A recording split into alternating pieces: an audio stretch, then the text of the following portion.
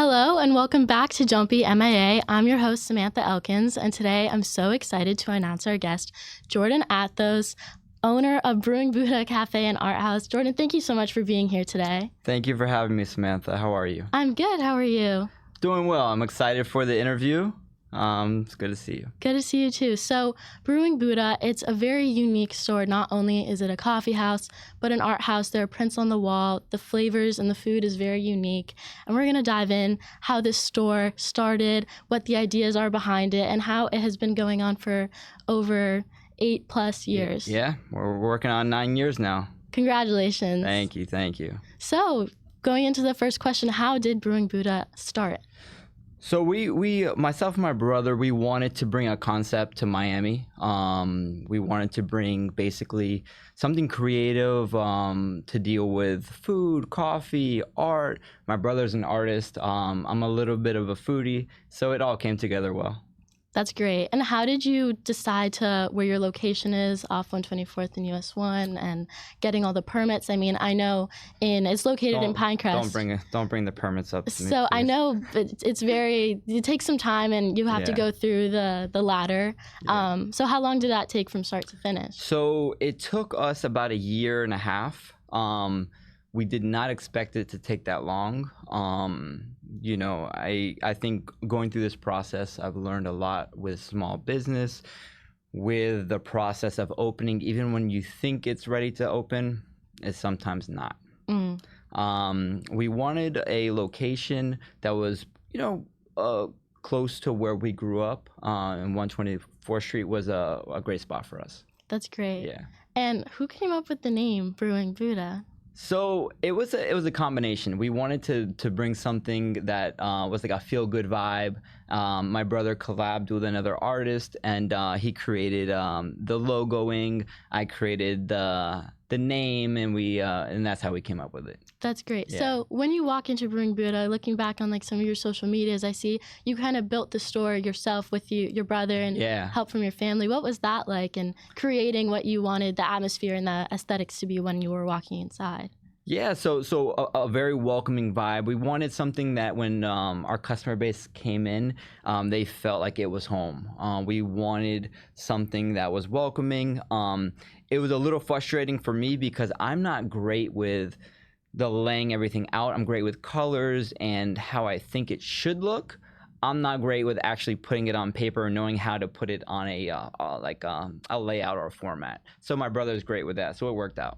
So it seems like you guys from the beginning started using your different strengths and collaborating between the business and the creativity to try to get in the groove of how you guys would operate. Yeah, I think that's with everything. Like we have to be able to bounce off each other. When making a great team, I have to be strong at certain things, and he has to be strong at certain things. And we have a great team around us that has different strengths. So that's great. And when you guys were talking about co-owning this business together, how did you decide, as brothers, we're going to be in this together instead of, for example, reaching out to other business partners and you looked at each other and you said, we're going to do this, you and me? Yeah. I trust him. I trust our process of doing things. I've been an entrepreneur here in Miami for 15 years now. I knew a little bit about small business before opening Brewing Buddha, and I knew that he could bring a great balance to who I am. So that I knew it would work. That's great. Yeah. And so while this is all in the works, did you have an idea of what you wanted to distinguish your store? I mean, your food and your drinks are so unique. I feel you can't get that at an average Starbucks or a corporate coffee house. You walk in and it's distinct. It's Brewing Buddha flavors, and you can see them on the table right here. Yeah. So the idea behind us bringing a coffee shop here to Miami was to be unique, to be different. We didn't struggle with pushing the limits. It was something that came natural to us. We didn't want to be like anybody, really. When we first thought of a creme brulee latte or a campfire s'mores latte, it was just very unique at the time. and we wanted to bring something very fresh. So very early on, we started roasting, coming up with our own flavor profiles, making our own cold brews in-house, and it took off. That's great. So that it seems like, what was the trial and error like? Did you guys, were you the taste tester? Is he the taste tester? What is that like? A lot of long nights of caffeine. We would try everything literally from, let's say, a midnight coconut to a olive espresso. Those didn't work out great, but we had to try. And, eventually we found our way with what works, what doesn't work, what needs to be less sweet, more sweet. So that's we found our way. Were there any nights while you're trying all these flavors and the caffeine gets a lot? How does that work? I mean, trying coffee after coffee, it must at some point. Maybe you have a tolerance by now, but I do have a tolerance by now, but I'll tell you what. Your body at a certain point is done, but your heart is racing. So I can be there and I'm just over the caffeine, but there's nothing that stops it. It just takes it. It takes its course, basically. Wow. Yeah. So when you're saying that you wanted to do something different, and it came very naturally to you, pushing these limits and being unique. And a part of that is that you guys are an art house and you have prints on your walls and you sell art.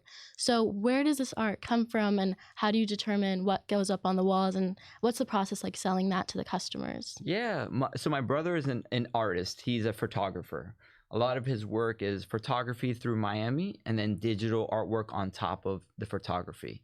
For him, he's been in the art world for a long time. I feel for artists in general, whatever, musicians, painters, photographers, it is a little bit more difficult to find your path in life when trying to find your customer base. So when we created the cafe, we're like, great, let's make this like part of your art gallery as well. So it works well. Would you say that when people walk in, that there's ever like this, it creates conversation and it's a point of discussion? I mean, I'd say historically coffee houses have been a meeting point for people to discuss ideas and drink the same drink, and back then they would share like philosophy and law. Now you're on a Zoom meeting doing your work. But it's still like a place people gather and can exchange ideas, which is very special. I mean, I think during COVID, people struggled with that, and then they wanted to come back and have coffee with a friend. So having art on the wall that you can talk about with someone, it's a point of connection, I guess, to continue your conversation. Yeah, of course. I mean, I've been to Brewing Buddha, and I've done homework, or I wrote college essays or coffee chats. I think you can do anything in there because it's so comfortable. And as you said, the way you built it, the art, the wood, it's just like very homey. Yes. And to your point, the art just brings like another conversation piece. If you're studying, it's great. If you're there with friends, it's a vibe. It adds life. It adds life to the space for sure. Would you say, considering that your store is located in kind of the center of South Miami, Pinecrest, that you have established like a customer base and you have some regulars, and your workers and the customers have sort of a relationship at this point? Yeah. So we thank everybody. We've connected with so many people. We truly have, and it's amazing because you don't realize what effect I have on your life or you have on my life. And you come across people every day within our cafe that we learn their names, we learn their orders. I mean, we know so many people, we just know what they're going to order before they even get to the register. And, it's a good feeling. I mean, that's very special. I'm sure that person feels seen, and they love awesome. Your unique drinks. So it's awesome. A win-win for everybody involved. It is. It's it's definitely a good feeling.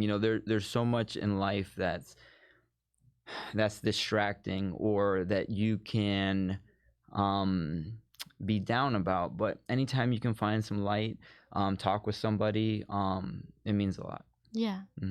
So you were mentioning before that you had some experience in small businesses that you brought over to Brewing Buddha. Can you expand on that a little more? Yeah. So I've I own another business here in Pinecrest that I've learned a lot from. It was myself and my mom. It's taught me a lot. It's taught me about clientele, about advertising, about margins, and that's everything that I brought forward with the cafe. I do want to say to anybody that is looking to open up something for themselves, do it. Take the chance. Be unique. Be creative. I support anybody that wants to be an entrepreneur. It's a great experience. It's tough. It's not easy. You're going to be working a lot, but it's rewarding. Yeah, it's rewarding. And your own idea is being come to real life, and people come in every day, and coming up on 9 years. I mean, it's quite the accomplishment. Yeah. And thank you. Whenever sometimes I'm with a friend or someone with out of town, and they want a good coffee place, like I brought them to Brewing Buddha, and they always have a good drink, and That's they really awesome. like it. That makes me happy. And whenever I'm there, I see on average 5 people I know walking in, and you get up and you give a big hug, and everyone is coming in, and it's like you're going to Brewing Buddha, you're going to see people you know, because everyone stops by because it's just so good. Yeah, listen, I agree with you. It's great. Yeah. So is there anything about Brewing Buddha? I mean, it's a community store. People talk and chat. But is there anything that you think people don't know about it? Anything behind the scenes or more that you do on your end that you think maybe you could shed light on? You know, with what we do, it's a everyday operation. So there's not a day we take off. We are closed on Sundays for now. That's not to say we won't open on Sundays. But we're working. You know, we're constantly, everything we do is kept up every day. It's a process. It's a labor of love. Mm-hmm. We're constantly roasting new coffee. We're constantly blending new flavors. We're constantly just prepping and cleaning and just making sure we're ready for the next day and for the next customer, for sure. So specifically about your coffee, I know you guys take great pride in how you make your coffee and where it comes from. Yeah. So can you walk us through the process of what happens to the coffee plant, to the cup? What all the steps it goes through before it is served in your store? Yeah. So essentially what ends up happening is that how we source our green coffee. We'll see what beans in season. We'll order, let's say, could be 1,000 pounds at a time, could be 2,000 pounds at a time, depending if it's from Mexico, Brazil, the altitude that the bean is grown at. We'll then order those beans to our cafe. We'll also sample beans before we order them. So we'll get a bunch of samples, sample roast some beans, taste them, see the profiles that we like and what would match like what we enjoy in our cafe.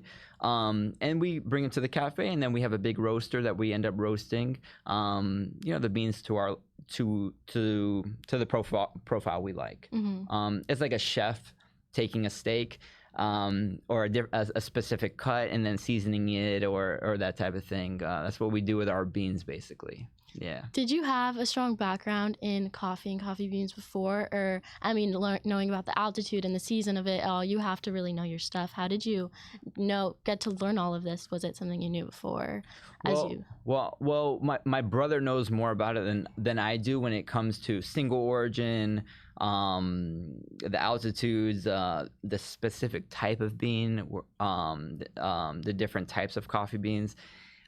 I come into play more after the coffee's been ordered. Mm-hmm. The roasting of it, the flavors, everything like that. That's where I come into play on how to roast and to bring that cup of coffee to the table. That's great. Yeah. So, Brewing Buddha, what is your favorite item on the menu? I know I have my personal favorites, some of the lavender lattes. Yeah. Shout out to that. That's my favorite. Shout out lavender. Yeah. What is your favorite? What do you find yourself thinking that you want to grab a little bite of while you're behind the counter? So I am more of a traditional drinker. All right. I'm going to do a macchiato, which is basically a double shot espresso with a little bit of foam milk. Some of our better sellers in the cafe is lavender latte is a great seller. Look at that. Banana bread latte, our midnight coconut, our cinnamon roll. And do remember with any of these flavors, they can come regular sweet, less sweet, or sugar free. Because we do make the flavor profiles in-house, we can adjust. Got it. And if you take a look at some of your merch and your website and your social media, I'd say, honestly, I was very impressed with the production quality. I mean, these videos, I was laughing out loud. They're so funny. Everyone should go check out their Instagram. It's good. Who comes up with these video ideas? I'd say they're always on point and they're using like trending sounds and everything like that. Is this from the team or more from you and your brother? Yeah, this is definitely a team effort for sure. A lot of the ideas come to light from myself, my brother. We work with a crew that sort of helps us as well.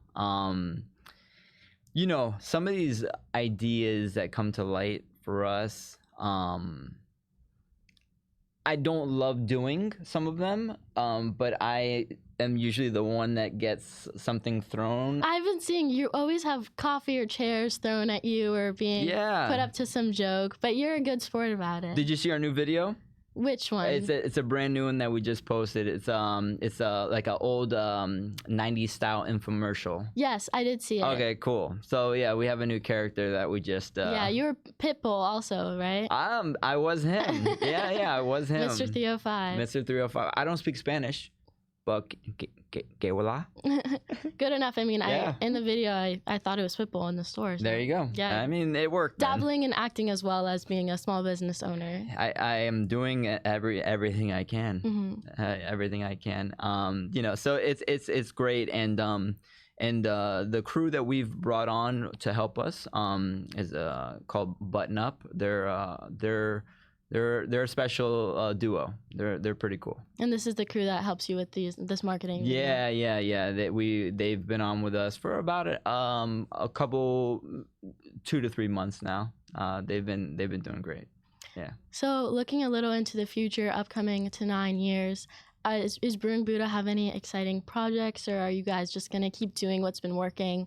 But are you looking to expand in any way, add any new items to the menu, or do community events in some sort? So we are always looking to expand. We are currently expanding into the space next to us, which used to be Sakura. Mm-hmm. We've taken that over, and we're gonna now create speakeasy type late night vibe. Oh wow, that's so exciting. So look out for that. That hopefully will be coming sooner rather than later. We have everything set up. We have a new menu. We have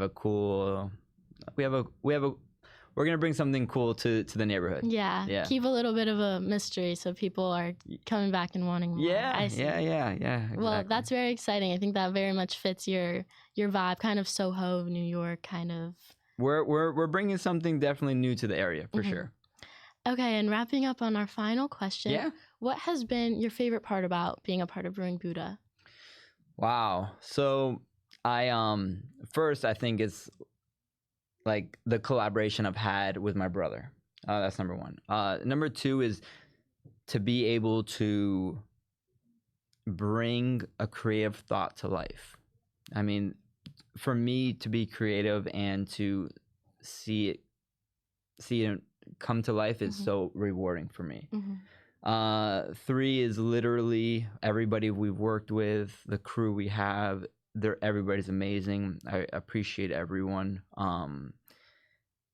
And the people I've met along the way. I mean, I know it sounds cliche, but it truly is. I mean, there's really nothing more rewarding than to see people, to meet with you, to meet new people.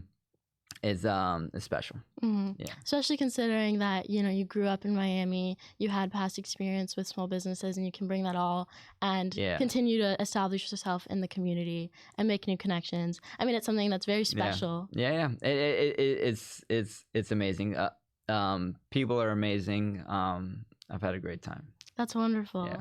Well, congratulations on coming up on 9 years and working on expanding into the spot next door. Thank you. I'm going to be stopping by when I'm here on my breaks from college vacation. Yeah, and seeing what's going on, getting my favorite lavender latte, of course. I'll make sure I have it for you. Thank you so much. No problem. And to our viewers, thank you so much for tuning in and watching another episode of Don't Be M.I.A. Make sure you stop by Brewing Buddha, check out the drinks, check out the food. They're great. And always remember, don't be M.I.A.